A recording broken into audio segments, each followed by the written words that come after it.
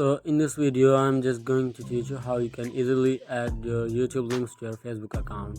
So make sure to watch the full video to the very end and do not forget to like the video and subscribe to my channel. Thanks guys. So let's get started without wasting any time. And first of all, open up your YouTube and then go to your profile and click on your channel, and after that just click on these three dots and click on share and copy link.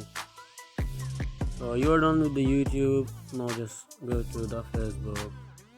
Open up your Facebook account, and after that just go to profile and then click on edit profile and scroll down and until you find links and click on edit. After that you can see the option of social links. Click on add social link, and here you just select the platform YouTube, and into the username tab just paste that link. And so remember, you just have to paste a username, not the full URL. So just remove all of this and then just click on public, and do not forget to click on this save button.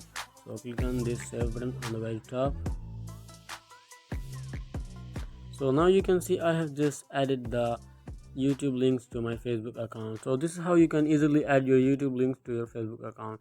So thanks to watch the video. Please subscribe to my channel, and have any question about the tutorial, just leave me a comment below. I will catch you in the next video.